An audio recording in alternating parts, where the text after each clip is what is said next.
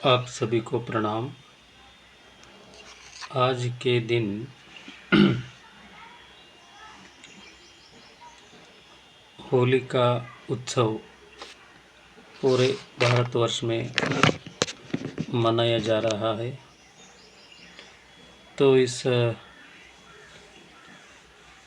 होली के पर्व का त्यौहार मनाने का उद्देश्य क्या है, इसके पीछे का लक्ष्यार्थ, इसके पीछे भी कोई आध्यात्मिक इंगित, कोई संकेत है क्या, ऐसा सवाल पूछा गया है।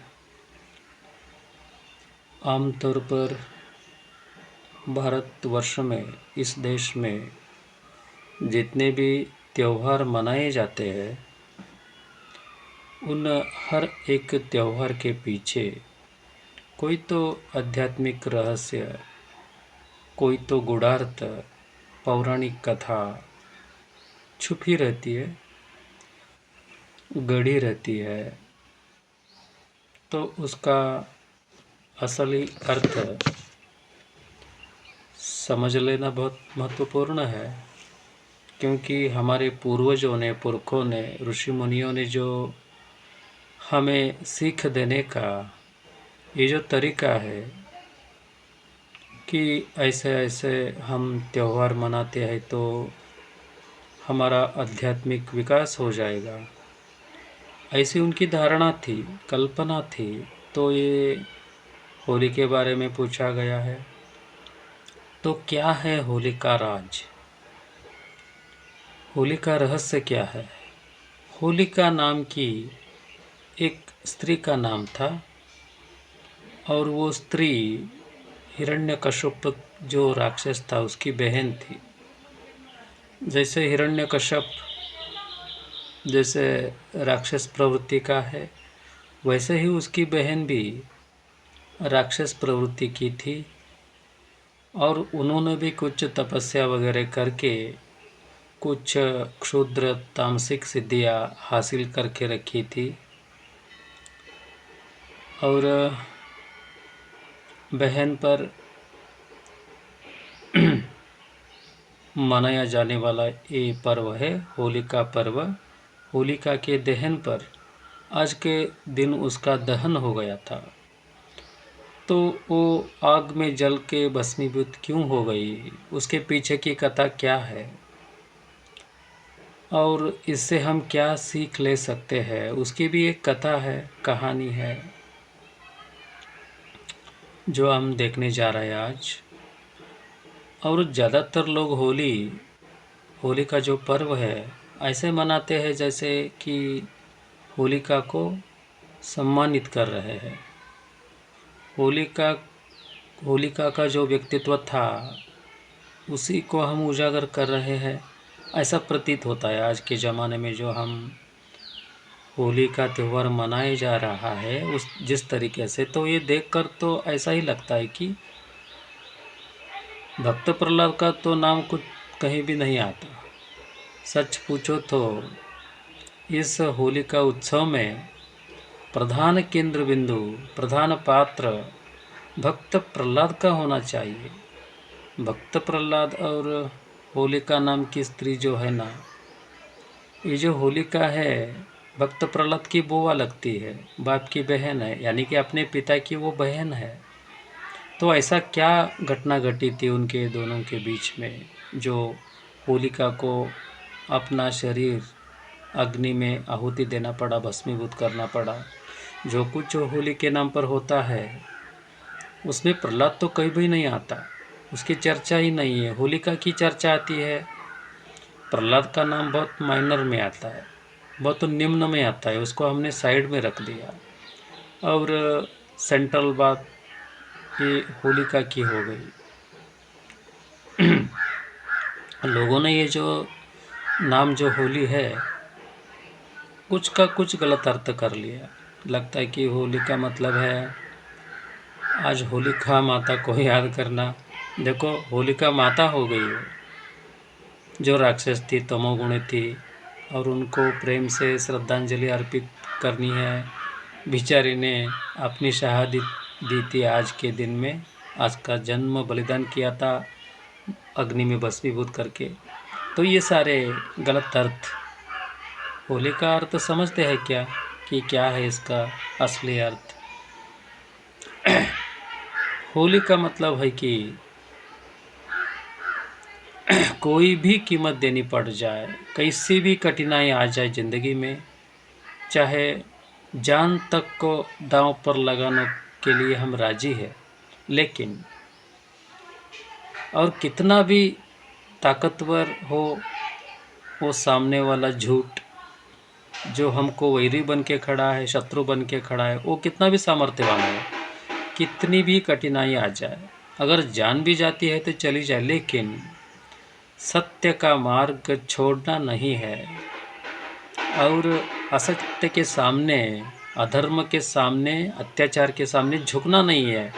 ये है होली का जो उत्सव है ना, इस होली के उत्सव का मेन जेस्ट है, उसका मेन तात्विक अर्थ है, मेन सारांश है, जो सीखना है हमें इस उत्सव से, वो बात है, असली बात है।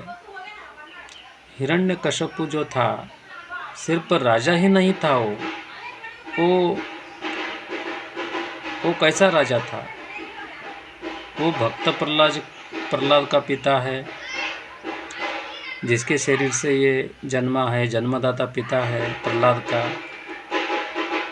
और वो छोटे बालक ने कहा, तुम चाहे राजा हो, चाहे बाप हो मेरे, तुम्हारा साथ तो मैं नहीं दूंगा। क्यों नहीं दूंगा? क्योंकि स्पष्ट रूप से दिख रहा है ना, हिरण्यकश्यप जो राजा है वो असत्य के राह पर चल रहा है, अधर्म के मार्ग पर चल रहा है, अधर्म का कार्य कर रहा है, अनीति पाप कर्म कर रहा है, लोगों को बहुत दंगा फसाद दबंगाई कर रहा है, ये तो स्पष्ट रूप से दिख रहा है ना। तो ये सत्प्रवृत्ति लोगों को अच्छा नहीं लगेगा, ये बुरा लगता है। और भक्त प्रहलाद एक सच्चा सात्विक छोटा बालक है, भगवत भक्त है, उसकी शुद्ध प्रज्ञा देखो, कीचड़ में जैसा कमल खिल उठा हो। बाप देखो तो कितना वो अधार्मिक है, और उसके पेट से एक ऐसा जन्मा देखो कितना सात्विक।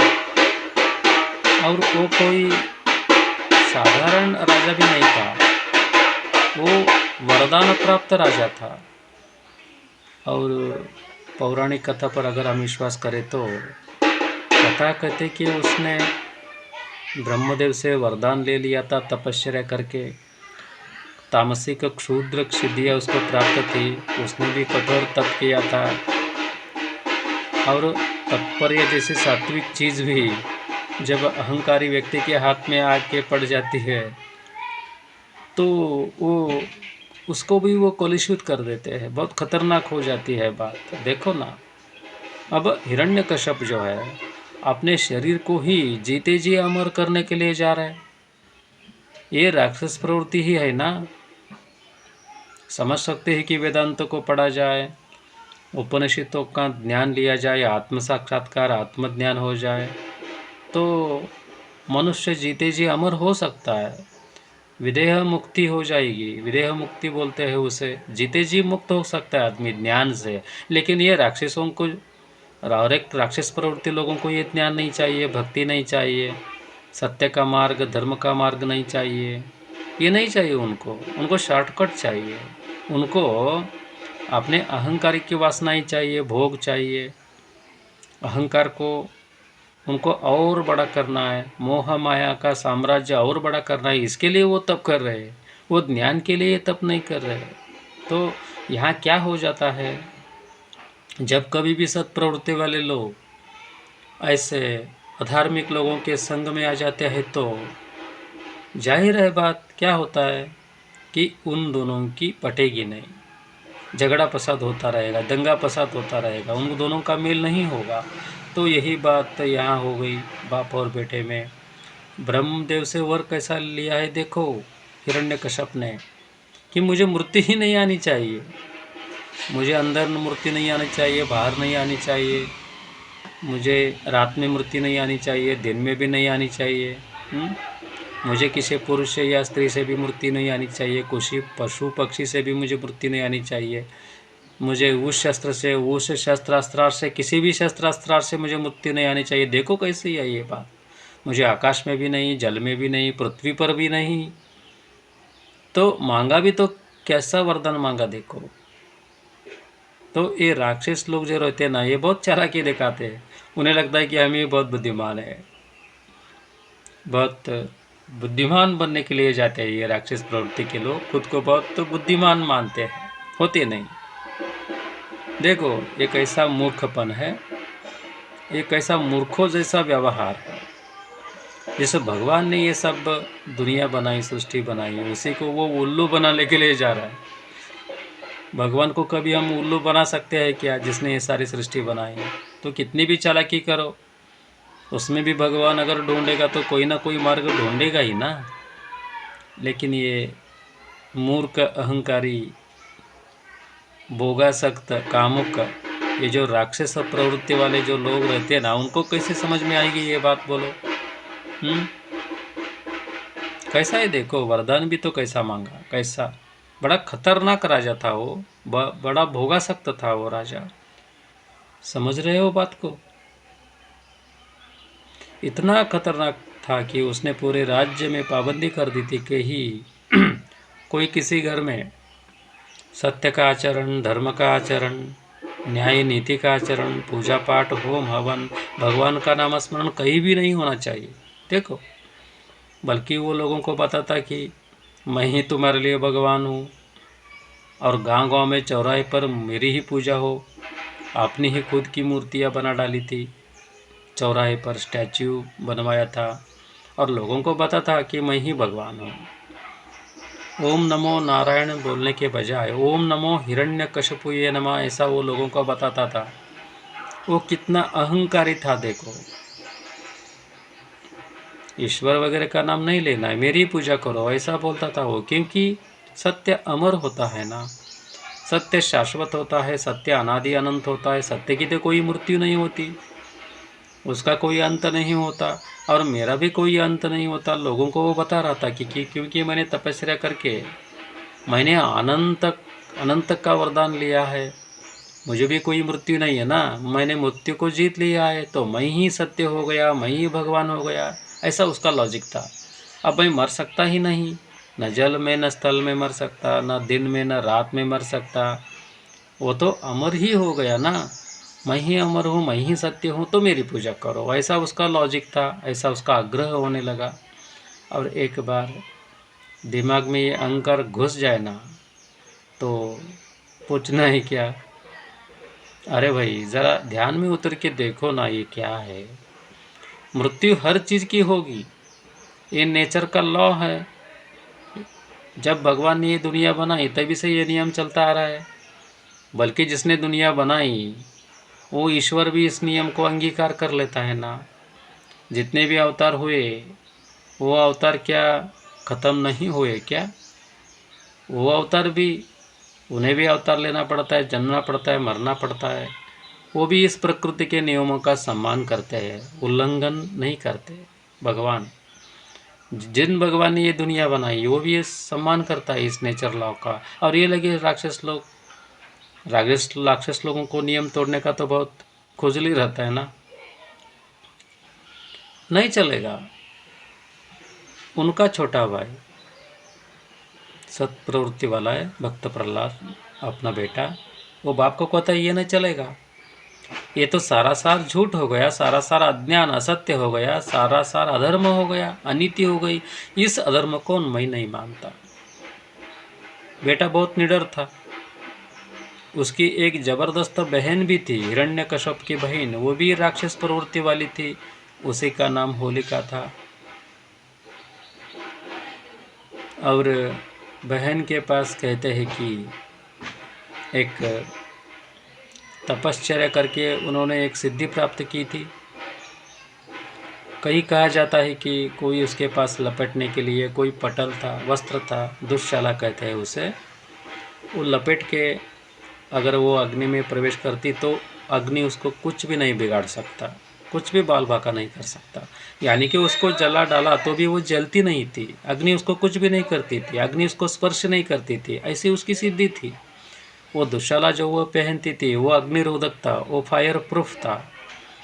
आज की भाषा में कहा जाए तो फायर प्रूफ था। वो पहन लेती थी, वो आग से गुजर भी सकती थी, उसको आग स्पर्श नहीं कर पाता था। तो पूरा राज्य मान रहा है राजा साहब की बात। छोटे बालक ने तो नहीं मानी ये बात।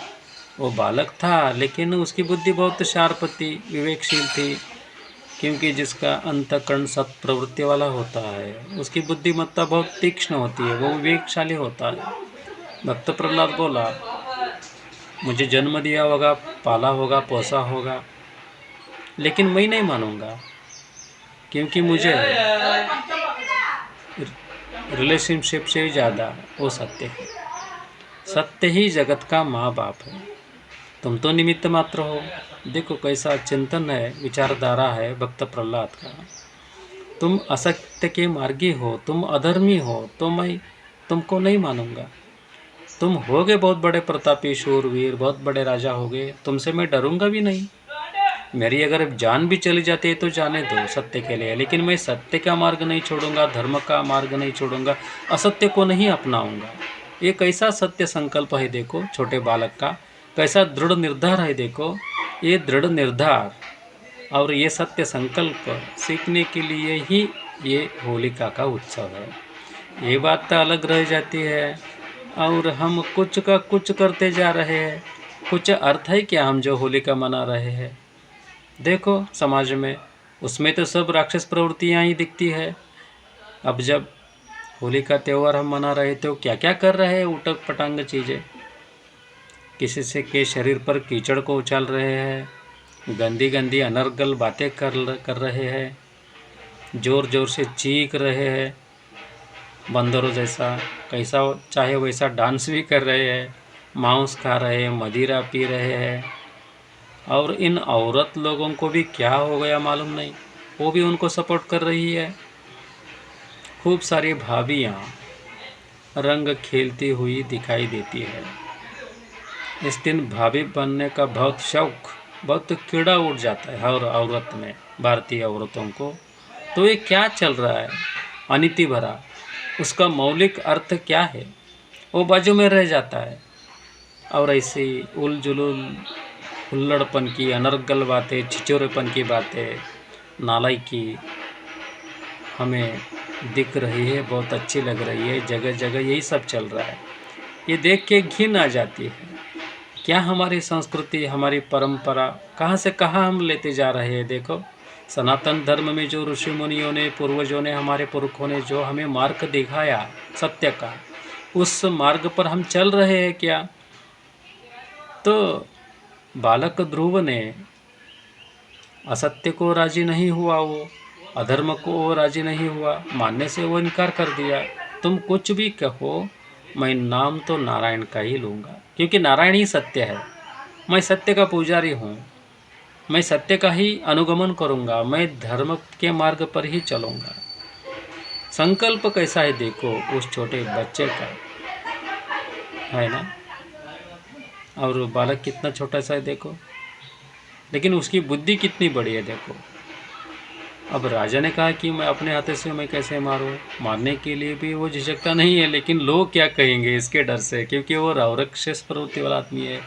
अपना बच्चा होगा, दूसरे का बच्चा होगा, उसको क्या है देखो, वो तो निर्दयी है, क्रूर है। राक्षस प्रवृत्ति वाले लोग, वो मार सकता था अपने बेटे को, लेकिन वो समाज के डर से, लोग क्या कहेंगे, समाज में रहे तो वो समाज के डर से उन्होंने एक युक्ति किया, अपने बहन को बुलाया।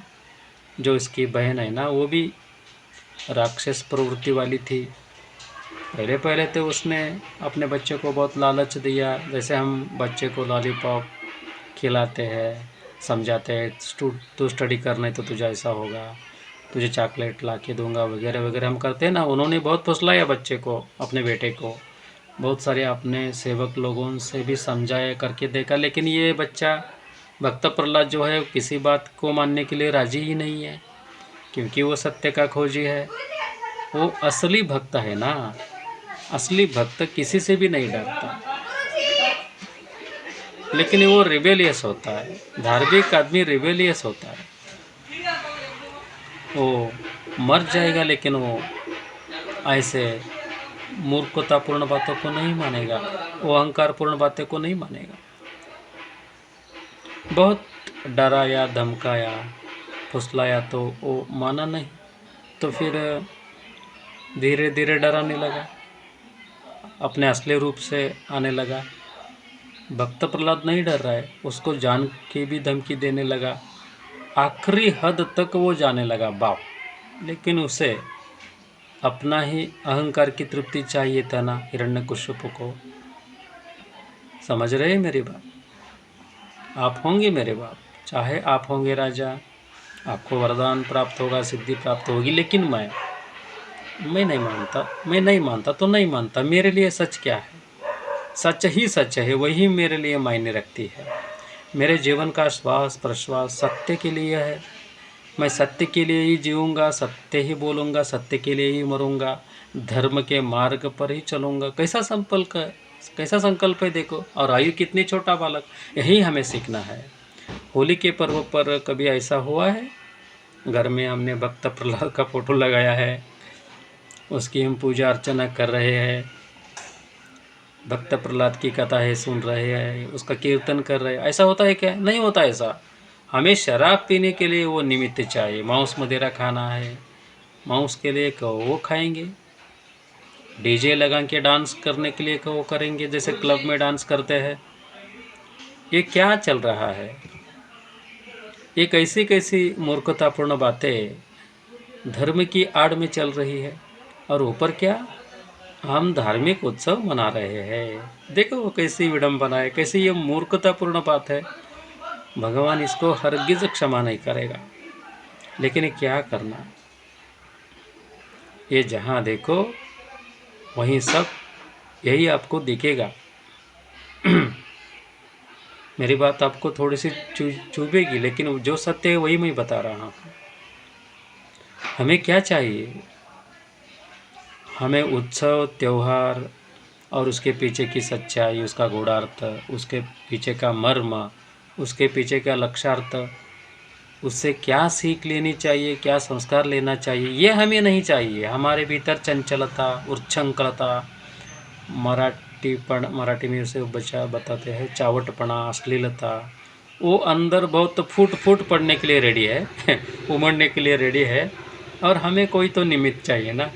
हमें शिवरात्रि भी चल सकता है।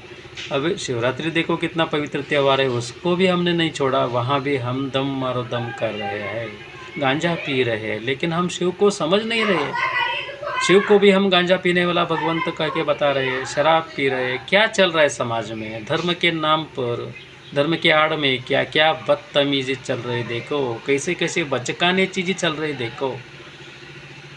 थोड़ा सा सुधर जाना चाहिए, थोड़ा सा समझ जाना चाहिए। ये बहुत पूर्ण महत्व मैं कह रहा हूँ आज के दिन।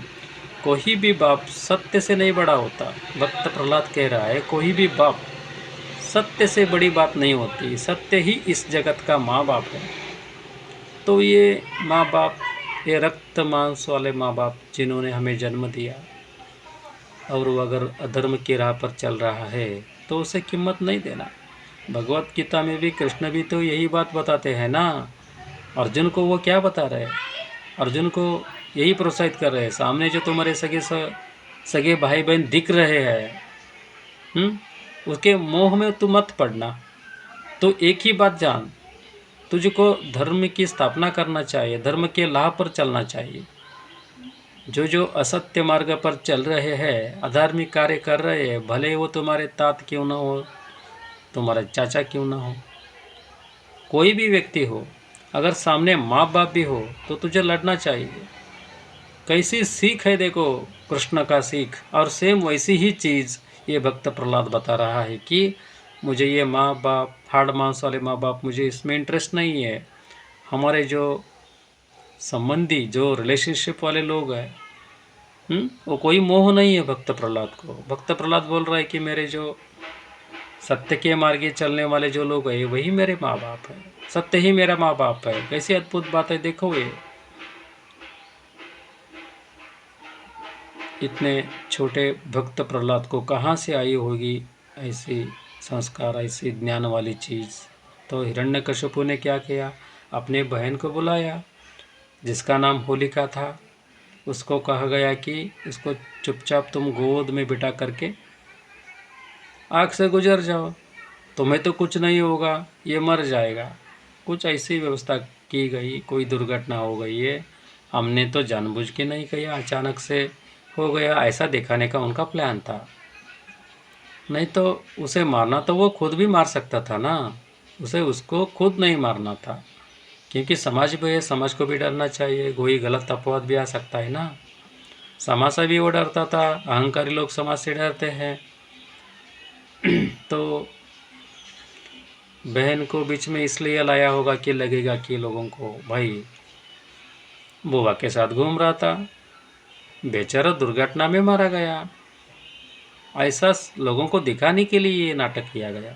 समझ में आ रही मेरी बात। आग से निकली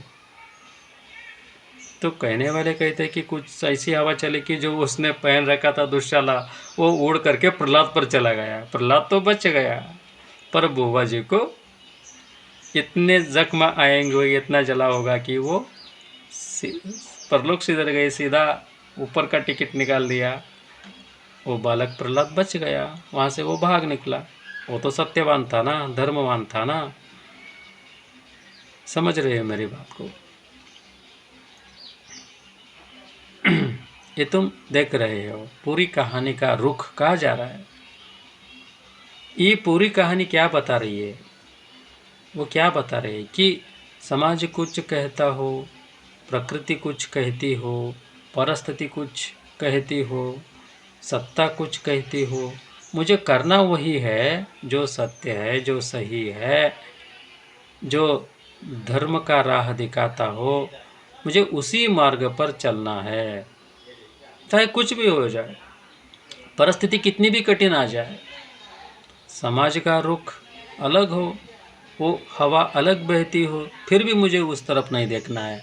मुझे करना है जो मेरे अंदर है, सत्य की प्यास, धर्म के राह पर चलने का जो दृढ़ संकल्प है, उसी मार्ग पर मुझे चलना है। देखो ये कैसा है, ये है होली, यही है होलिका का सच्चा अर्थ। सच पूछा जाए तो होलिका का ये सूचित होने के लिए होली का कार्यक्रम चलता है। भक्त प्रहलाद की निडरता, भक्त प्रहलाद का दृढ़ संकल्प, सत्य संकल्प, भक्त प्रहलाद की भक्ति, अटूट भक्ति, ये जो अच्छे अच्छे गुण है, उस गुण के प्रसार के लिए एक कार्यक्रम होना चाहिए। होली का कार्यक्रम, होली का प्रचार होना चाहिए। होली के दिन गांव गांव में भक्त प्रहलाद की ये जो दिव्य गुण थे ना, उसका प्रचार हो जाना चाहिए। वो बात रही दूर, और हम जो कर रहे हैं ना, क्या मूर्खतापूर्ण बातें कर रहे हैं। ऐसा लग रहा है कि हम वो हिरण्यकश्यप और होलिका जो थी उसकी बहन, उसका ही हम अनुगमन कर रहे हैं। क्या है, राक्षसों वाली चीज़ें है ये, शराब पीना, अनर्गल बातें करना, गंदी गंदी बातें करना, अश्लील हरकतें करना, जोर जोर से चीखना, बंदरों जैसा डांस करना, क्या चल रहा है, ऊट पटांग हरकतें, अनर्गल हरकतें, दुनिया भर की अश्लील बातें करना, क्या चल क्या रहा है समाज में, ये हमारे भारत देश में। और फिर पूछो भारत देश क्या है, बहुत बड़ा देश है, आध्यात्मिक देश है, मेरा देश महान है। क्या महान है, महान है क्या मेरा भारत देश? इसको महानता कहते हैं। जो है मन में जो करते जा रहे, इंद्रिय के भोग में हम डूब रहे हैं। सत्य का कोई नाम नहीं है, धर्म का कोई नाम नहीं, प्रकृति कुछ कहती हो, परिवार कुछ कहता हो, परिस्थिति कुछ कहती हो, मुझे करना वही है जो सही है, जो सत्य है, जो मेरे सत विवेक बुद्धि को पटता हो, वही मैं करूँगा। इधर उधर मैं नहीं देखूँगा। समाज वाले क्या कह रहे हैं वो मैं नहीं देखूँगा, मेरा बाप क्या कर रहा है वो मैं नहीं देखूँगा। मेरा एक ही उद्देश्य है, सत्य के मार्ग पर चलना, अड़ीग होकर चलना, सत्य का संकल्प। होलिका का यही अर्थ है। इसमें चिकन और दारू कहाँ से आ गया, ये भी ज़रा समझो। ऐसे पावन अवसर, पावन त्यौहार में ये मुर्गी को काटना, फिर वो चिकन बना के खाना, पका के खाना, फिर वो शराब पीना, ये बातें कहाँ से घुस गई, किसने घुसाई, किस हिरण्यकश्यप ने ये अंदर घुसाई ये बात। ये ऐसा जो करता होगा वो हिरण्यकश्यप ही होगा ना, वो हिरण्यकश्यप का वंशज का ही आदमी होगा ना। और होली का उत्सव में जो भाभियाँ आती है, वो रंग उड़ेलती है, इधर उधर छिचोरापन जो कर रही है भाभियाँ, ये होलिका नाम जी जो औरत थी राक्षस प्रवृत्ति वाली, उसी के वंशज लग रही है वो। समझ रहे मेरी बात को, कहाँ से आ गया ये चिकन दारू?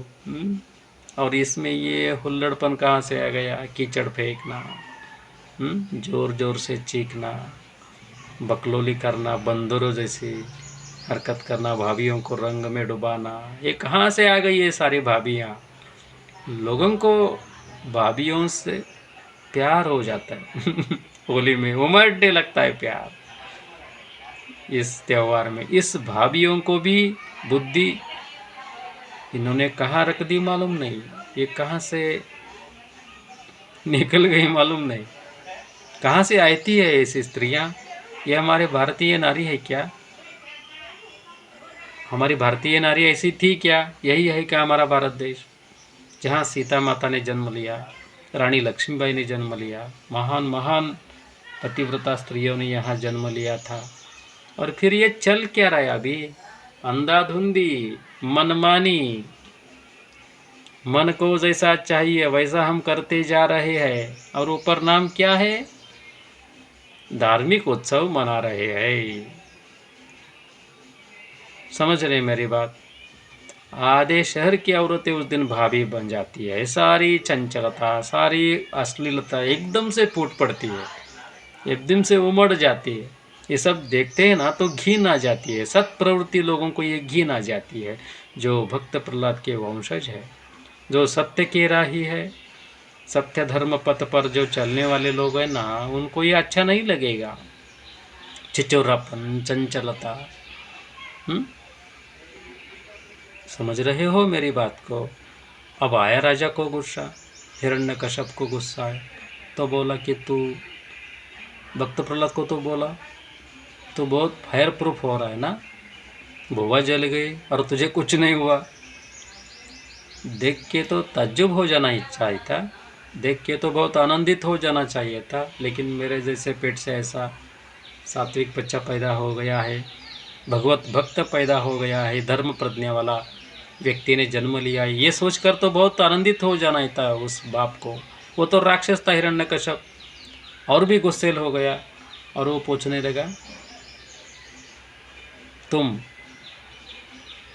एक लोहे का खंबा गरम करा दिया गया, और उसे बोला कि आग से तुझे कुछ नहीं हो रहा है, देखते क्या होगा अभी, देखते अग्नि तुझे कितने दिन बचा पाएगा। तो लोहे का वो जो खंबा था उसको गर्म किया गया, चल लिपट जाए इससे, देखो कैसी परीक्षा है भाई। तू तो अभी आग से गुजर गया, तुझे तो कुछ नहीं हुआ, बुआ बेचारी मर गई, तो ये खंबा भी मैंने गर्म किया है, जाके लिपट जाए, देखते हैं कैसा फायर प्रूफ बना जा रहा है, कैसे बचता है तू। लेकिन प्रहलाद बोला ठीक है। भक्त प्रहलाद को तो सत्य पर बहुत भरोसा था ना, तनिक मात्र भी वो नहीं डिगा, नहीं डरा। सत्य के मार्गी को क्या डर हो सकता है जी? धर्म के मार्ग पर जो चलने वाला है वो कभी विचलित ही नहीं होता, किसी से भी वो नहीं डरता, ये समझ लो। सत्य का खोजी, सत्य का प्यासी जो होता है, जिसकी बुद्धि में धर्म की प्रज्ञा होती है, वो किससे डरेगा? वो विचलित नहीं हो पाएगा, किसी भी चीज़ से वो डरा नहीं, किसी भी चीज़ से। दुनिया को तो तुम बुद्धू बना सकते हो। तो वो गया, खंबे को लिपट गया, भक्त प्रहलाद लिपट गया, और कहानी कहती है कि उसी खंभे से फिर एक जीव प्रकट हुआ जो आधा सिर था आधा इंसान था। और समय क्या हो रहा था उस वक्त? सूर्यास्त का, न दिन था न रात थी, गोधूली की बेला थी। न अंदर मारा न बाहर मारा, ठीक दहलीज पर लाके मारा। न आकाश में मारा, न जल में, न पृथ्वी पर।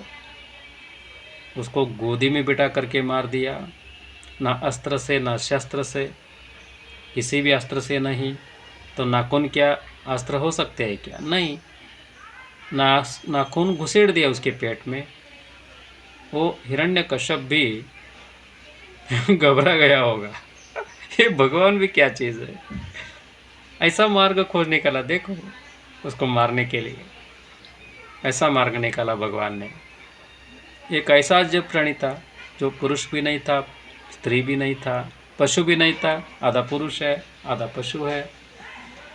नरसिंह का अवतार प्रकट हो गया और हिरण्यकश्यप को अपना जान देना पड़ा। सही बात है ना? और उसने पकड़ लिया हिरण्यकश्यप को और अपने गोद में लिटा लिया। तो माने न तो